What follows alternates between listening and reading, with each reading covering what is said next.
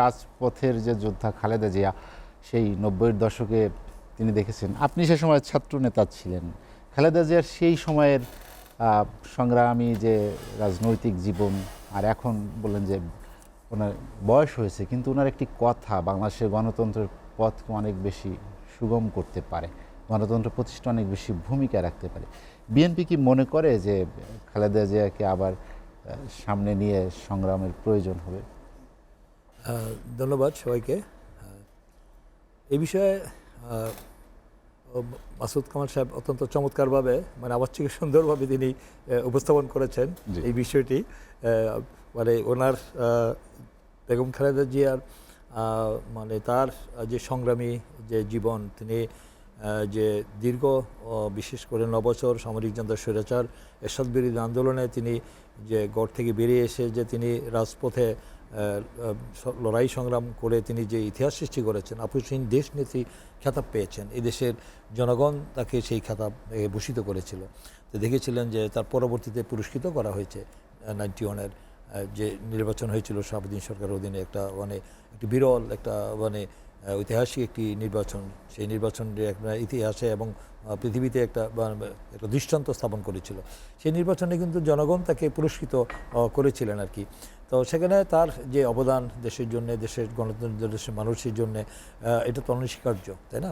তো এখানে তিনি ওই সময় আমরা তাকে অত্যন্ত কাছে থেকে দেখার আমার সৌভাগ্য হয়েছে, যেহেতু আমি ছাত্র রাজনীতির সাথে, ছাত্র দলের সাথে সম্পৃক্ত ছিলাম, ছাত্র দলের দায়িত্বে ছিলাম, ডাকসুর জিএস হিসেবে ছিলাম। তখন তো আমরা ওনার প্রত্যক্ষ নির্দেশ এবং ওনার নির্দেশে এবং আমাদের দলীয় সিদ্ধান্ত, ওনার নির্দেশ এবং সার্বক্ষণিক ওনার সাথে আমাদের যোগাযোগ হতো এবং উনি আমাদেরকে উৎসাহ উদ্দীপনা দিতেন এবং কী করতে হবে সেভাবে আমাকে নির্দেশ দিতেন। সেভাবেই কিন্তু আমাদের ছাত্র রাজনীতি আমরা সে পরিচালিত করেছি এবং পরবর্তীতে উনি জাতীয় রাজনীতিতে তার একটা ভূমিকা, ছাত্র রাজনীতিতে তিনি আমাদেরকে সরাসরি আমার নির্দেশ দেওয়ার দিতেন। সেখানে আমরা তার নির্দেশ নিয়ে আমরা ডাকসুর নির্বাচন এবং সর্বদলীয় ছাত্র গঠন করা এবং আমাদের আন্দোলনকে একটা মানে যৌক্তিক পরিণতির দিকে নেওয়া যায়, দেশের সকল গণতান্ত্রিক প্রগতিশীল ছাত্র সংগঠনকে নিয়ে ডাকসুর নেতৃত্বে সর্বদলীয় ছাত্র গঠন করা, এগুলোর পিছনে সব কিছুতেই তার মানে সরাসরি প্রত্যক্ষ মানে আমাদের ভূমিকা ছিল।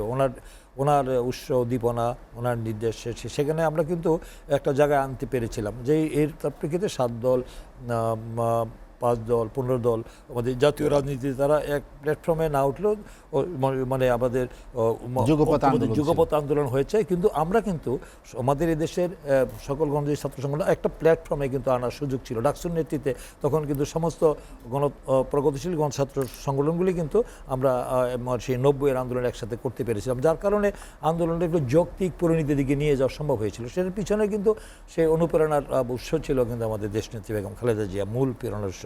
তো সেখানে সেই প্রেক্ষাপট আর এখন থেকে দীর্ঘ প্রায় 33-34 বছর হয়ে গেল।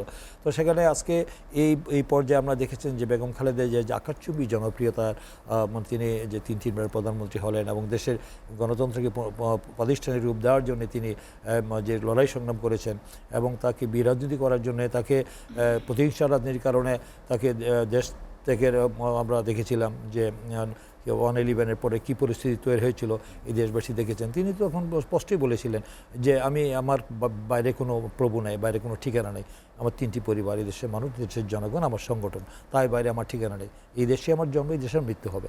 তিনি কিন্তু সেদিন এই দেশের মায়া ত্যাগ করে দেশ ছেড়ে চলে যান, কিন্তু আরেকজন নেত্রী কিন্তু সেখানে আমি দেখেছিলাম দেশ ছেড়ে তিনি চলে গিয়েছিলেন।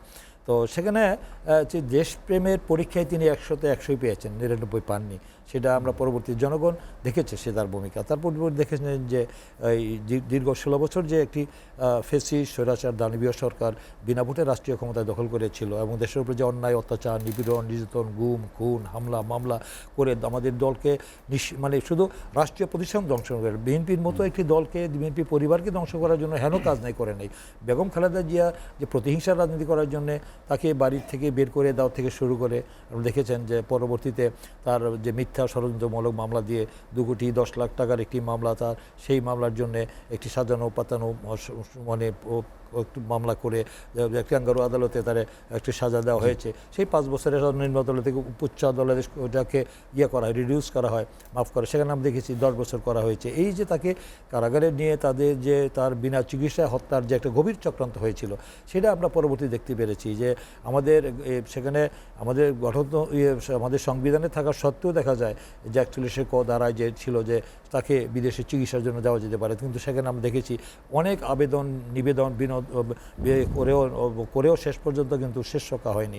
তাকে বিদেশে উচ্চ চিকিৎসার জন্য তারা পাঠায়নি। তাকে চেয়েছিল যে বিনা চিকিৎসায় তার মৃত্যুবরণ হোক, তারাই চেয়েছিল। কিন্তু ঐতিহাসিক যে দীর্ঘ 16 বছরের আন্দোলনের সর্বশেষ যে জুলাই অগাস্টে যে ঐতিহাসিক ছাত্র গণঅভ্যুত্থানের মধ্যে দিয়ে যে এই দানবীয় সরকার, ফ্যাসিস্ট সরকারের একটি গণঅভ্যুত্থানের মধ্যে একটি গণতান্ত্রিক আজকে পরিবেশ তৈরি হয়েছে, মুক্ত পরিবেশ তৈরি হয়েছে।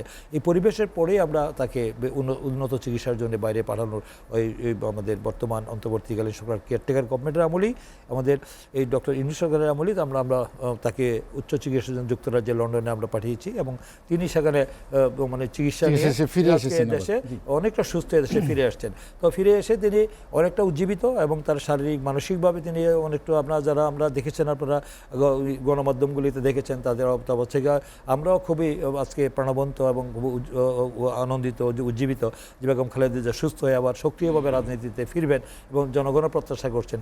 এবং জনগণের যে বেগম খালেদা জিয়া যে গণতন্ত্রের মূর্ত প্রতীক হিসাবে, যেটা আমাকে বলেন আর কি মাসুদ কামাল, গণতন্ত্রের বেগম খালেদা জিয়াকে গণতন্ত্রের প্রতীক হিসাবে জনগণ দেখতে চান।